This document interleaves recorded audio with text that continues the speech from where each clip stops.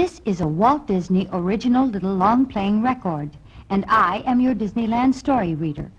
I am going to begin now to read the story of Alice in Wonderland and how she met the White Rabbit. You can read along with me in your book. You will know it is time to turn the page when Tinker Bell rings her little bells like this. Let's begin now. Do you know where Wonderland is? It is the place you visit in your dreams, the strange and wondrous place where nothing is as it seems. It was in Wonderland that Alice met the White Rabbit.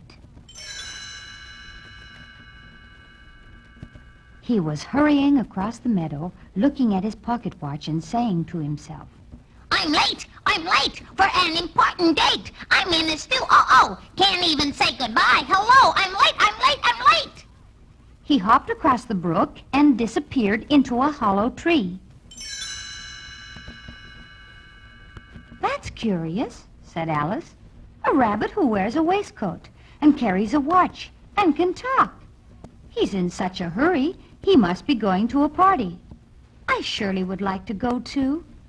So Alice followed him. What a peculiar place to give a party, she thought as she pushed her way into the hollow tree.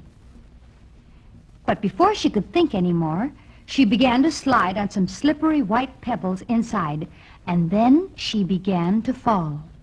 Curious and curiouser, said Alice as she floated slowly down past cupboards and lamps, a rocking chair, past clocks and mirrors she met in midair. By the time she reached the bottom and landed with a thump, the White Rabbit was disappearing through a tiny little door, too small for Alice to follow him. Poor Alice. She was all alone in Wonderland, where nothing was just what it seemed. You know how things are in dreams.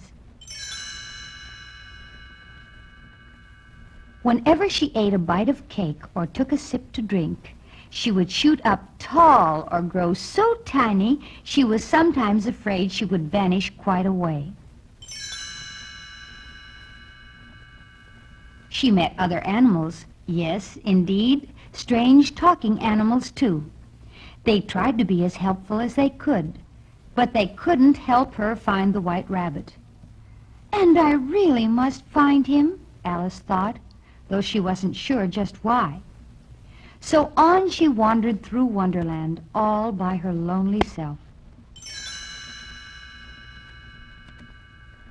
At last, she reached a neat little house in the woods with pink shutters and a little front door that opened, and out came the White Rabbit.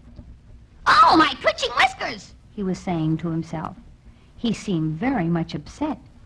Then he looked up and saw Alice standing there. Mary Ann, he said sharply. Why, Mary Ann, what are you doing here? Well, don't just do something, stand there. No, go get my gloves, I'm very late. But late for what? That's just what Alice began to ask. My gloves, said the White Rabbit firmly. And Alice dutifully went to look for them, though she knew she wasn't Mary Ann. When she came back, the White Rabbit was just disappearing through the woods again. So off went Alice, trying to follow him through that strange, mixed-up Wonderland. She met Tweedledee and Tweedledum, a funny little pair. She joined a mad tea party with the Mad Hatter and the March Hare. She met a Cheshire Cat who faded in and out of sight, and one strange creature, Jabberwock, whose eyes flamed in the night. They all were very kind, but they could not show Alice the way until... Meow! There is a shortcut, she heard the Cheshire Cat say. So Alice took it. The shortcut led into a garden where gardeners were busy painting roses red. Now we must hurry, they said, for the Queen is coming. And sure enough, a trumpet blew, and a voice called, Make way for the Queen of Hearts! Then out came a grand procession. And who should be the royal trumpeter for the cross-looking queen but the White Rabbit, all dressed up and looking very fine. "Well," said Alice, "so this is why he was hurrying so," Who are you? snapped the queen. Do you play croquet? "I'm Alice, and I'm just on my way home. Thank you for the invitation, but I really mustn't stay," So? cried the queen. So she won't play. Off with her head then. But Alice was tired of Wonderland now and all its nonsensical ways. "Pooh," she said. "I'm not frightened of you. You're nothing but a pack of cards."